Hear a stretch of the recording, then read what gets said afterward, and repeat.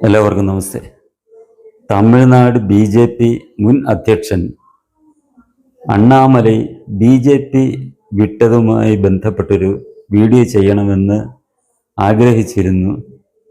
അതിനിടയ്ക്ക് ഇതിൻ്റെ കൂറ പാർട്ടികളുടെ ദില്ലിയിലെ പ്രതിഷേധ ആഭാസത്തെക്കുറിച്ചൊന്ന് ഒന്ന് രണ്ട് ദിവസം ചെയ്യേണ്ടി വന്നതുകൊണ്ട് അതിന് സാധിച്ചില്ല.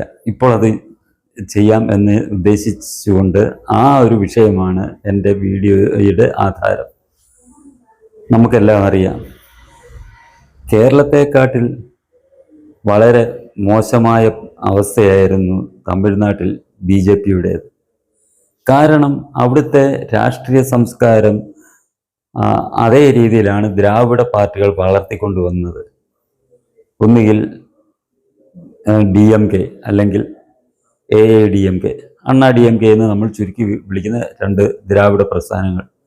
അവർ ദേശീയതയെയും നമ്മൾ പറയാമല്ലോ, ഈ ദ്രാവിഡ പാർട്ടികളിൽ പ്രത്യേകിച്ച് DMK ദേശീയതയ്ക്ക് പോലും വില കൽപ്പിക്കാതെയാണ് അവർ പ്രവർത്തിച്ചുകൊണ്ടിരിക്കുന്നത്. അവർ പറയുന്ന ഭാരത ദേശീയതയേക്കാൾ തമിഴ് ദേശീയതയ്ക്കാണ് അവർ പ്രാധാന്യം കൊടുത്ത് പ്രവർത്തിച്ചുകൊണ്ടിരുന്നത്.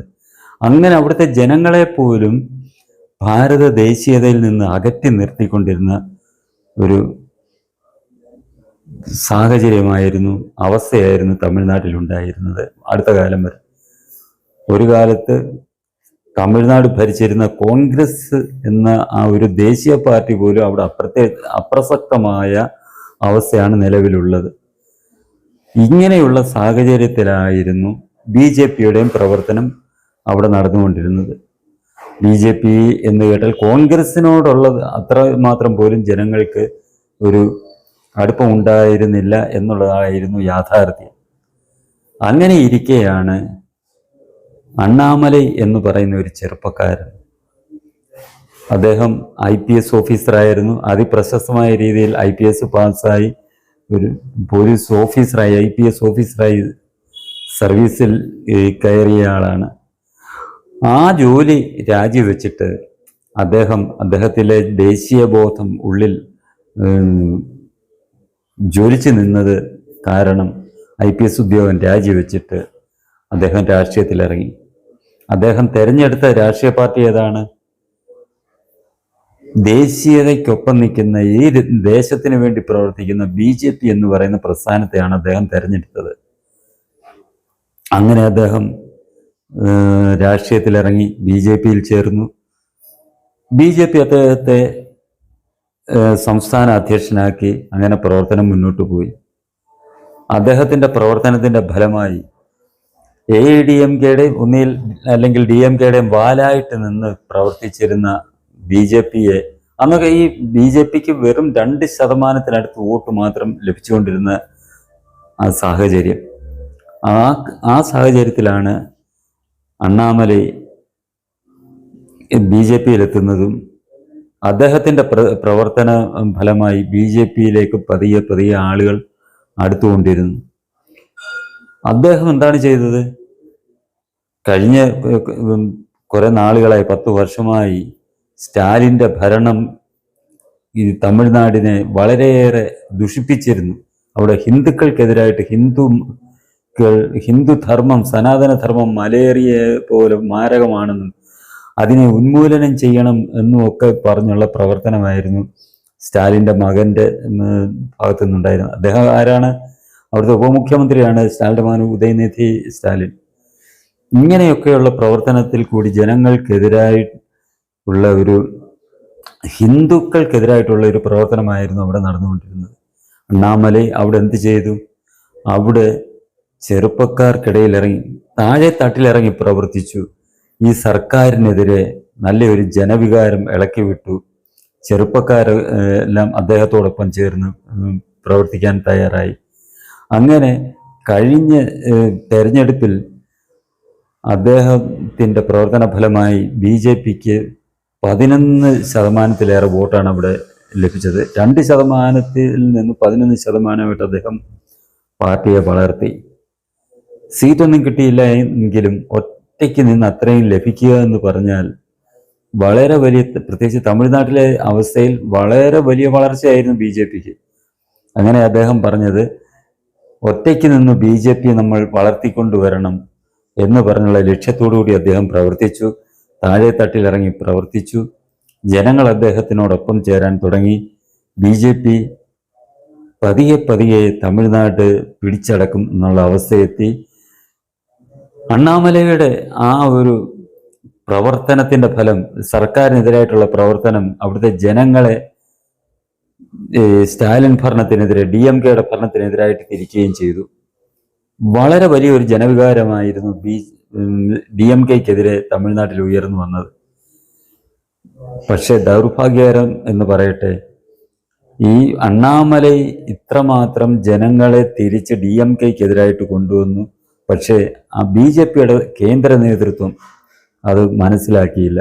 നമ്മൾ പറയും ഇന്ത്യയിലെ രാഷ്ട്രീയത്തിലെ ചാണക്യനാണ് അമിത്ഷാ.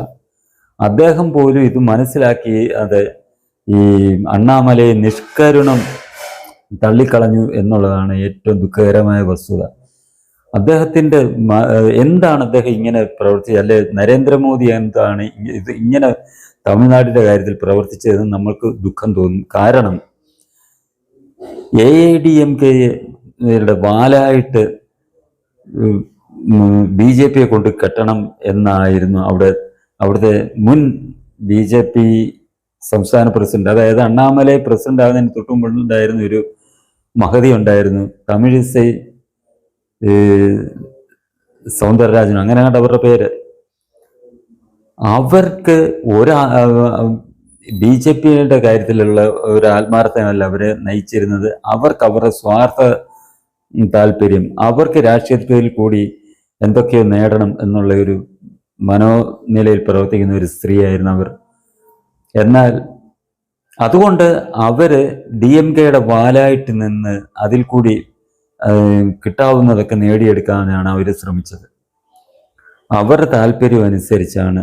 അതേസമയം അണ്ണാമലൈ പറഞ്ഞത് BJP അവിടെ പ്രവർത്തിച്ച് BJP ഒറ്റയ്ക്ക് ഇത് ചെയ്യണം, അവിടെ ജനങ്ങളിൽ ദേശീയബോധം വളർത്തിക്കൊണ്ടുവന്ന് ഈ ദ്രാവിഡ രാഷ്ട്രീയത്തിന് അന്ത്യം കുറിക്കണം എന്ന് പറഞ്ഞുള്ള പ്രവർത്തനം അതിന് പതിയെ പതിയെ ഫലം കണ്ടു തുടങ്ങിയപ്പോൾ തമിഴിസൈക്ക് അത് സഹിക്കാവുന്ന കാര്യമായിരുന്നില്ല. അവരുടെ പിടി വിട്ടുപോകും, പ്രസ്ഥാനം വളരും, അവരുടെ സ്വാർത്ഥത വിജയിക്കില്ല എന്ന് തോന്നിയപ്പോൾ അവർ അണ്ണാമലയ്ക്കെതിരെ പ്രവർത്തിക്കാൻ തുടങ്ങി, അണ്ണാമലയ്ക്കിട്ട് പണിയാനും തുടങ്ങി. അങ്ങനെയാണ് ഈ അണ്ണാമലൈ പറഞ്ഞു AIDMKയുമായിട്ടാകട്ടെ DMKയുമായിട്ടാകട്ടെ ആരുമായിട്ടും സഖ്യം വേണ്ട എന്ന് പറഞ്ഞുള്ള പ്രവർത്തനത്തിൽ കൂടിയാണ് ഇത്രയും പാർട്ടിയെ വളർത്തിക്കൊണ്ടുവന്നത്. പക്ഷേ തമിഴിസൈ ഉൾപ്പെടെയുള്ളവരെന്താണ് ചെയ്തത്? കേന്ദ്ര നേതൃത്വത്തിനെ സ്വാധീനിച്ച് അവിടെ AIDMKയുമായിട്ട് സഖ്യം കൊണ്ടുവരണമെന്ന് തീരുമാനിച്ചു. വളരെ മോശമായിട്ട് പറഞ്ഞ് തള്ളിക്കളഞ്ഞ് പോയ ആളാണ് എടപ്പാടി പളനിസ്വാമി. അതിലും വളരെ മാന്യനായിരുന്നു പനീർസെൽവം. അദ്ദേഹത്തിനെ കൂടെ കൂട്ടിയിരുന്നെങ്കിലും BJPക്ക് ഇത്രയും പ്രശ്നം ഉണ്ടാവുകയില്ലായിരുന്നു. എന്നിട്ടുകൂടി തമിഴിസൈയുടെ സ്വാധീനത്തിൽ അണ്ണാമലയെ പാർട്ടി സംസ്ഥാന പ്രസിഡന്റ് സ്ഥാനത്തു നിന്ന് മാറ്റി. അതായത് എടപ്പാടി പളനിസ്വാമിക്ക് വേണ്ടി AIDMK അണ്ണാമലയെ ഒരു ഭീഷണിയായിട്ട് തന്നെയാണ് കണ്ടത്. അപ്പോൾ തീർച്ചയായിട്ടും അണ്ണാമലയെ നീക്കം ചെയ്യണം എന്നുള്ള ആഗ്രഹമായിരുന്നു പളനിസ്വാമിക്ക്. അത് പളനിസ്വാമി BJP നേതൃത്വത്തിന് മുന്നിൽ വെച്ചു. അവരത് അംഗീകരിച്ചു. അണ്ണാമലയെ ചുമതലയിൽ നിന്ന് മാറ്റി. അങ്ങനെ അവർ സഖ്യത്തിൽ കഴിഞ്ഞ പ്രാവശ്യം മത്സരിച്ചു. വളരെ അതിദയനീയമായ 3ാം സ്ഥാനത്തേക്കാണ് AIDMK എത്തിപ്പെട്ടത്. 1ാം സ്ഥാനം TVK നേടി, വിജയിയുടെ പാർട്ടി നേടി. ഭൂരിപക്ഷം കിട്ടിയില്ലെങ്കിലും 108 സീറ്റ് അവർ നേടി. 2ാം സ്ഥാനത്ത് DMK വന്നു. 3ാം സ്ഥാനത്താണ് AIDMK എത്തിയത്, അതായത് NDA BJP ഉൾപ്പെടുന്ന സഖ്യം. അതിലെ BJPയുടെ കാര്യം അതിദയനീയം. നേരത്തെ 6 7 സീറ്റ് ഉണ്ടായിരുന്നു, അതിപ്പോൾ വെറും 1ആയിട്ട് ചുരുങ്ങി. അപ്പോൾ ആർക്കാണ് നേട്ടം ഉണ്ടായത്?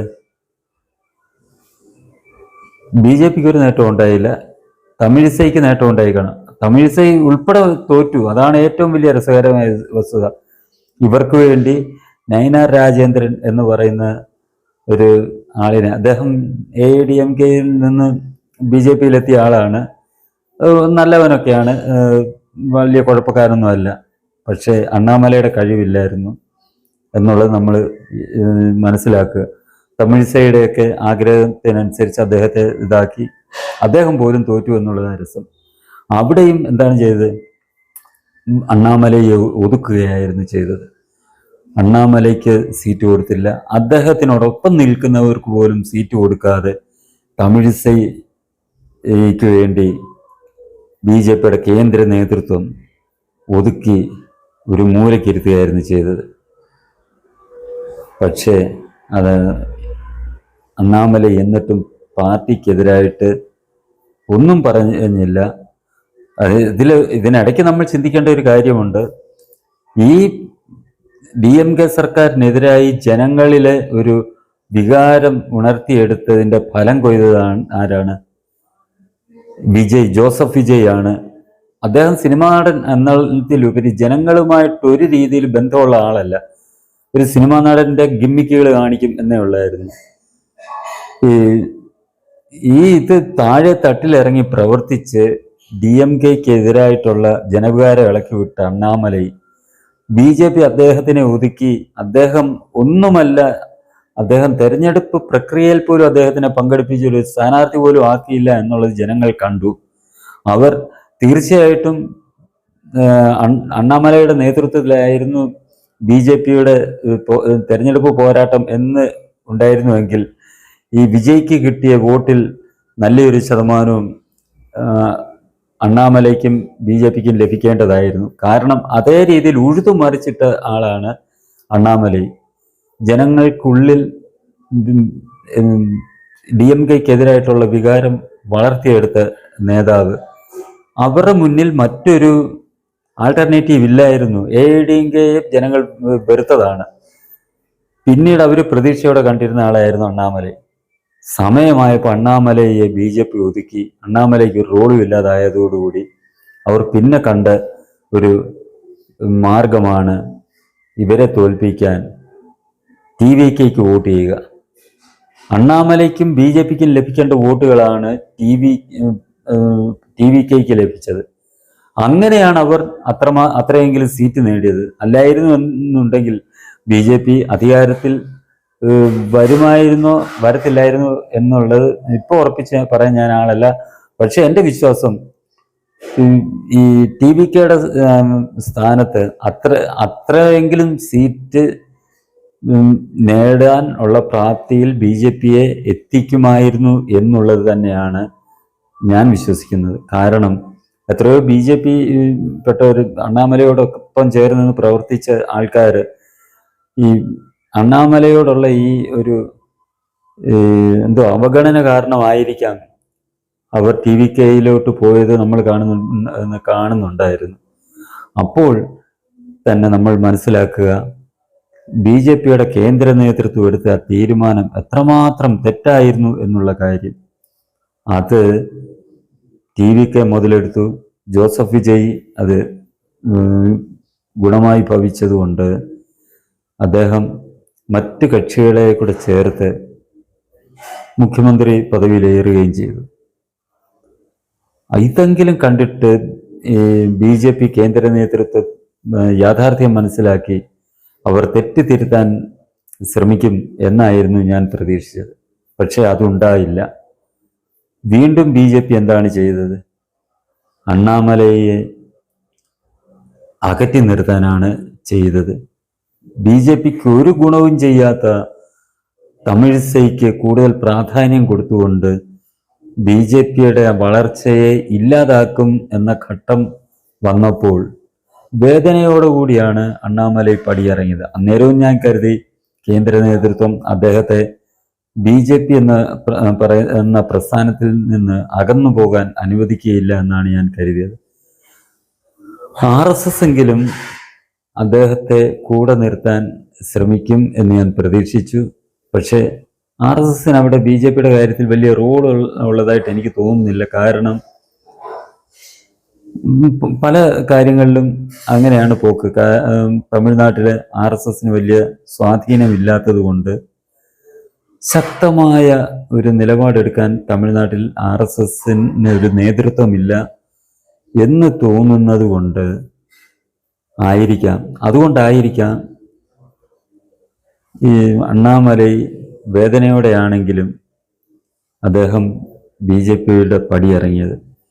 അതും മറ്റുള്ളവർ ചെയ്യുന്നതിൻ്റെ കൂട്ടയുമല്ല. നമ്മൾ കേരളത്തിൽ കണ്ടാണ് ഒരു സന്ദീപ് വാര്യർ, അയാളുടെ പ്രവൃത്തി ദോഷം കൊണ്ട് BJPയിൽ നിന്ന് പുറത്തു പോകേണ്ടി വന്നു. പുറത്തു പോയി കോൺഗ്രസിൽ ചെന്ന് ഉടനെ കാണിച്ചത് എന്താണ്? അയാൾ അതുവരെ എന്താണോ പറഞ്ഞുകൊണ്ടിരുന്നത്, BJPക്ക് അനുകൂലമായിട്ട് നരേന്ദ്രമോദിക്കും സംഘപ്രസ്ഥാനങ്ങൾക്കും അനുകൂലമായിട്ട് ദേശീയത പറഞ്ഞുകൊണ്ടിരുന്ന ആള് കോൺഗ്രസിലോട്ട് ചെന്ന ഉടനെ വളരെ വൃത്തികെട്ട രീതിയിൽ, വളരെ മോശമായ രീതിയിലല്ലേ ദേശീയ പ്രസ്ഥാനങ്ങളെയും ദേശീയതയും നമ്മുടെ ഭാരതം എന്ന ആ ഒരു സങ്കല്പത്തിനെതിരായി തന്നെ കുരച്ചുകൊണ്ടിരിക്കുന്നത്. ഈ പാർട്ടി പോലും ഈ രീതിയിൽ പെരുമാറും എന്ന് നമ്മൾക്ക് വിശ്വസിക്കാൻ കഴിയില്ല. ജമാഅത്തെ ഇസ്ലാമി പോലും പറയാത്ത രീതിയിലല്ലേ അയാളത് ചെയ്തുകൊണ്ടിരിക്കുന്നത്. ഇപ്പൊ ജമാഅത്തുകാരുടെ കാല് നക്കിക്കൊണ്ട് നടക്കുന്നു നമ്മുടെ സന്ദീപ് വാര്യർ. ആ ഒരു തലത്തിലേക്ക് അണ്ണാമലൈ പോകത്തില്ല എന്ന് നമുക്കെല്ലാം അറിയാം. കാരണം അദ്ദേഹം ഒരു മാന്യനാണ്. നമ്മുടെ സന്ദീപ് വാര്യരുടെ കൂട്ട് മാന്യതയില്ലാത്ത ആളല്ല എന്നറിയാം. ഈ തട്ടിപ്പോ വെട്ടിപ്പോ ഇല്ലാതെ ശുദ്ധമായ സ്വഭാവമുള്ളത് കൊണ്ട് അദ്ദേഹം എന്ത് ചെയ്തു? ദില്ലിയിൽ പോയി BJPയുടെ നേതൃത്വവുമായി ബന്ധപ്പെട്ട് മാന്യമായ രീതിയിൽ പ്രസ്ഥാനത്തിൽ നിന്ന് പടിയിറങ്ങി. അവരുമായിട്ട് ചർച്ച നടത്തി മാന്യമായിട്ട് പടിയിറങ്ങി. അന്നേരവും ജനങ്ങൾ പ്രതീക്ഷിച്ചത് അണ്ണാമലയെ പ്രസ്ഥാനത്തിൽ എങ്ങനെയും പിടിച്ചു നിർത്താനുള്ള നടപടികൾ BJPയുടെ ഭാഗത്തു നിന്നുണ്ടാകും എന്ന് കരുതിയെങ്കിലും അവിടെ എന്താണ് പറയുന്നത്, സ്വാധീനം ചെലുത്തിയത് തമിഴിസൈയുടെ സ്വാർത്ഥതയും എടപ്പാടി പളനിസ്വാമിയെ പോലുള്ളവരുടെ ആ ഒരു